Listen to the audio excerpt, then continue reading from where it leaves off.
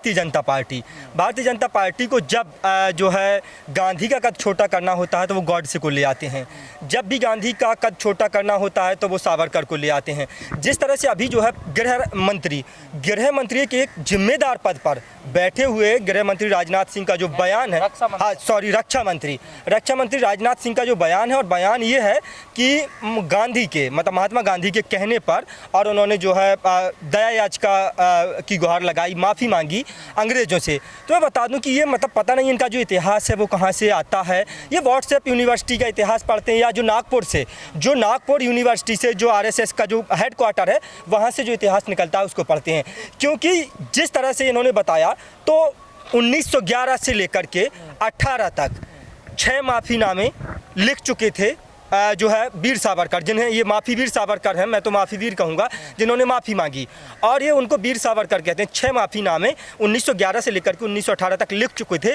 और दक्षिण अफ्रीका में उस समय जो है महात्मा गांधी थे, 1915 में महात्मा गांधी आए, तब तक 3 से 4 माफ़ीनामे ये लिख चुके थे। तो मुझे बताइए उस समय ना तो टेलीफोन की व्यवस्था थी और उन्होंने पत्र लिख के मतलब इनको जेल में मतलब भेजा था कि मतलब आप माफ़ी मांग लीजिए। तो ये जिस तरह से झूठ बोलते हैं ना, सच बोलिए ना, सच्चाई बोलिए, दलीलें रखिए, क्या मतलब सच्चाई कितनी है। और आप जो है रक्षा मंत्री हैं, देश के जिम्मेदार पद पर जो है आसीन है, मोहन भागवत के सामने घुटने टेक देते हैं आप, जो है आप मतलब RSS के सामने, राष्ट्रीय स्वयंसेवक संघ के सामने घुटने टेक देते हैं। और मैं बता दूं कि इस देश का विभाजन लगातार गांधी को बंटवारे का सूत्रधार बताया जाता है कि गांधी की वजह से जो है देश का बंटवारा हुआ।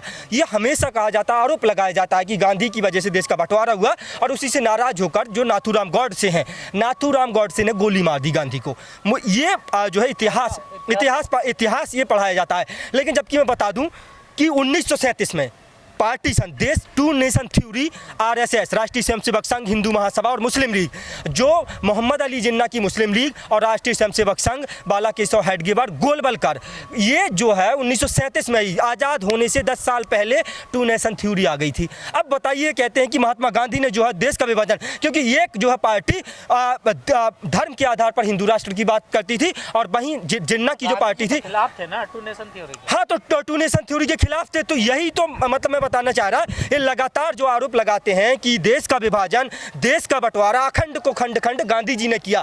लेकिन अगर अखंड भारत को किसी ने खंड किया तो वो मुस्लिम लीग है मोहम्मद अली जिन्ना की और राष्ट्रीय स्वयंसेवक संघ है, जो आज सबसे बड़ा देशभक्त बन करके बैठा है। लगातार ये जो भारतीय जनता पार्टी है, ये है कि लश्कर भी तुम्हारा, सरदार भी तुम्हारा, तुम झूठ को सच लिख दो, अखबार भी तुम्हारा, और इस दौर के फरियादी जाए तो जाए कहाँ। राजनाथ सिंह के पास कैसे तथ्य आए होंगे, तभी तो उन्होंने कहा। नहीं, वही तो बताए ना, मैं वही तो बता रहा हूँ। इनके पास जो तथ्य हैं, जो प्रमाण हैं, जो वो व्हाट्सएप यूनिवर्सिटी से या तो ये पढ़ लेते हैं या फिर जो है इनकी जो नागपुर यूनिवर्सिटी है वहाँ से पढ़ लेते हैं। नागपुर यूनिवर्सिटी से अगर आप पढ़ेंगे तो नारंगी चश्मा लगाइए और उसके बाद आपको सब देशभक्त दिखेंगे।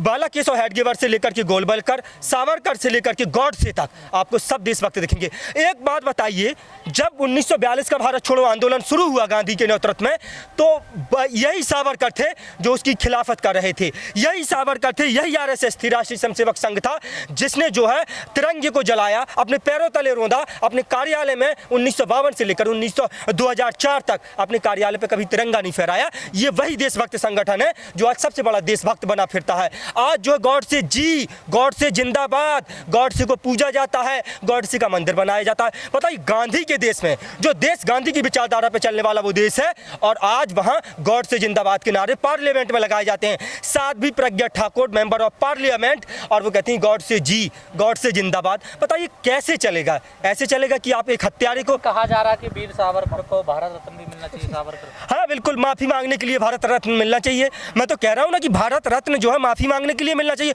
एक बात बताइए, महात्मा गांधी ने कह दिया कि वीर सावरकर माफी मांग ले अंग्रेजों से। मैं इन्हीं का जवाब दे रहा हूँ कि राजनाथ सिंह कह रहे हैं कि महात्मा गांधी ने कहा था सावरकर से कि आप अंग्रेजों से माफी मांग लीजिए। लेकिन जब खुद महात्मा गांधी जेल गए, नेहरू जेल गए, ये रिकॉर्ड था कि नेहरू और जो गांधी हैं जो है 10 से ज़्यादा साल तक जेल में रहे, तो नेहरू ने माफ़ी नहीं मांगी, गांधी ने माफ़ी नहीं मांगी, उनकी फांसी हो रही थी। और भगत सिंह मात्र 23 साल की उम्र में, जिनका जन्म 1907 में होता है और 1931 में उनको फांसी पे लटका दिया जाता है और उनकी फांसी टल जाती। ब्रिटिश हुकूमत की एक शर्त थी कि भगत सिंह जो है माफ़ी मांग ले, अगर भगत सिंह माफ़ी मांग लेंगे तो उनकी फांसी को टाल दिया जाएगा। लेकिन उन्होंने हंसते हंसते फांसी पे चढ़ना स्वीकार किया, लेकिन माफ़ी मांगना स्वीकार नहीं किया। और एक तरफ जो है ये 6 बार माफ़ीनामे लिखते थे, उसके बाद इन्होंने कहा कि मुझे माफ़ कर दीजिए, मैं ताउम्र ब्रिटिश सरकार का हिमायती रहूँगा और इनके जो आंदोलन होंगे, जो इनकी खुफिया जानकारी होगी वो आप तक पहुँचाऊँगा और उनकी पेंशन पर, उनकी 60 रुपये पेंशन पर ये ज़िंदगी भर पले। और बताइए, पर ये तो देश लोकतंत्र है ना, एक पक्ष अगर वीर सावरकर मान रहा, सावरकर को वीर मान रहा है, तो आप लोगों को क्यों मिर्च लग रही है? हाँ बिल्कुल, मैं वही तो कह रहा हूँ, वीर सावरकर को वीर मान रहा है, माफी वीर सावरकर को आप वीर मान रहे हैं, आप गांधी को। वही तो, यही तो लोकतांत्रिक व्यवस्था है कि अगर हम अपने हक और हुकूक की लड़ाई लड़ते हैं तो हम पे UAPA लगा करके जेल में डाल दिया जाता है। अगर लोकतंत्र की बात करते हैं आप, तो दोहरा मापदंड क्यों? एक उसी देश में गांधी की हत्यारे का महिमामंडन किया जाता है, उसी देश में गांधी का पुतला बना करके गोली मारी जाती है, उसी देश में जो है माफी वीर सावरकर को वीर सावरकर कहा जाता है। लेकिन अगर उसी देश में हम अपने शिक्षा की, हुकूक की, अपने अधिकारों की लड़ाई लड़ते हैं तो हम पर UAPA लगा करके जेल में क्यों डाला जाता है? लोकतांत्रिक व्यवस्था तो है। क्यों कलम और कैमरे पर बंदूक का पहरा है? भाई साहब मुझे बताइए ना, कलम और कैमरे पर बंदूक का पहरा क्यों है? अगर डेमोक्रेसी है तो फिर सबके लिए डेमोक्रेसी होनी चाहिए, कानून है तो सबके लिए बराबर होना चाहिए। लेकिन ऐसा क्यों कि भारतीय जनता पार्टी और RSS वालों के लिए जो है लोकतांत्रिक व्यवस्था है, उनके लिए लोकतंत्र है, बाकी अगर कोई जो है उनकी आलोचना करता है उसको जेल में डाल दिया जाता है। अरे भाई, आलोचना करना कहाँ गलत है? अगर आलोचना करते हैं तो उनको जेल में डाल दोगे आप। और यही मतलब एक पक्ष के लिए तो कानून बराबर है, वो कुछ भी कर सकता है, वो जो है गांधी के हत्यारों का महिमामंडन कर सकता है, माफी वीर सावरकर को सावरकर बता सकता है। बीजेपी के पास सावरकर ही है क्या, बस और कोई नहीं? भाई वल्लभ भाई पटेल तो थे, वो भी कांग्रेस के थे, इनके पास अपना कोई नेता नहीं है। ये बता दें, राष्ट्रीय स्वयंसेवक 1915 ईस्वी में हिंदू महासभा बना, 1925 ईस्वी में बालाकेशव हेडगेवर की अगुवाई में RSS राष्ट्रीय स्वयंसेवक संघ बना। अब ये बताएं, जनसंघ बना। पंडित दीनदयाल उपाध्याय का आज़ादी की लड़ाई में क्या योगदान था?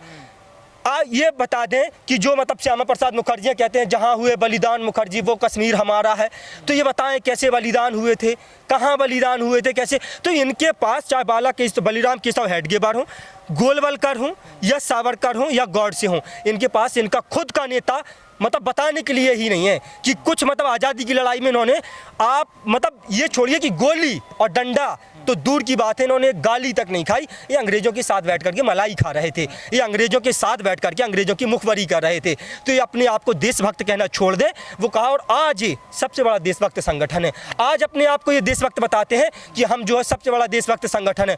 जो बीजेपी की चाटुकारिता करेगा वो देशभक्त पत्रकार है। आप करिए बीजेपी की चाटुकारिता, आप देशभक्त पत्रकार हैं। अगर आप बीजेपी के विरोध में, जबकि मीडिया का मतलब ही होता है सत्ता का स्थायी मजबूत विपक्ष, सरकार किसी की भी आए, सरकार किसी की भी जाए, लेकिन मीडिया सत्ता के स्थायी विपक्ष की भूमिका निभाता है। अगर सरकार की ही चाटुकारिता करना है मीडिया को, तो सरकार के पास और माध्यम है।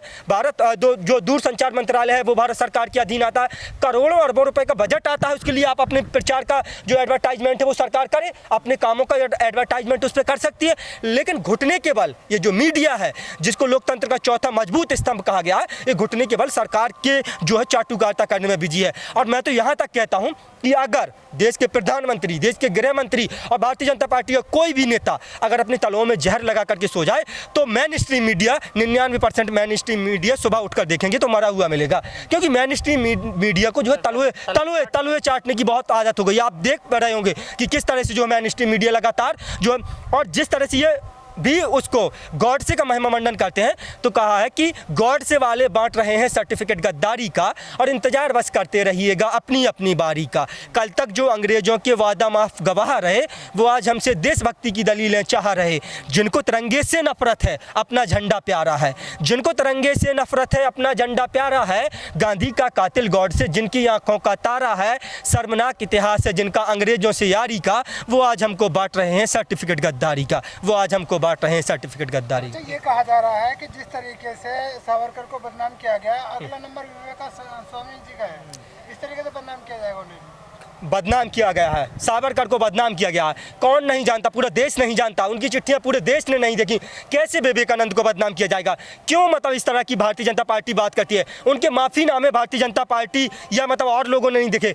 1 अरब 35 करोड़ इस देश की जनसंख्या है और सबको पता है कि वीर सावरकर माफी वीर सावरकर थे, ना कि वीर सावरकर। अब भारतीय जनता पार्टी उन्हें कुछ भी बताए, भारतीय जनता पार्टी के पास कुछ है ही नहीं बताने के लिए, उनके नेताओं की बड़ाई करने के लिए नहीं है। चाहे वो हिंदू महासभा हो, राष्ट्रीय स्वयंसेवक संघ हो, जनसंघ हो, भारतीय जनता पार्टी हो, खुद का अपने पास तो कुछ है नहीं, तो उन्हीं को माफी वीर को वीर सावरकर बनाने पर तुली हुई है भारतीय जनता पार्टी। बस यही काम रह गया है भारतीय जनता पार्टी के पास।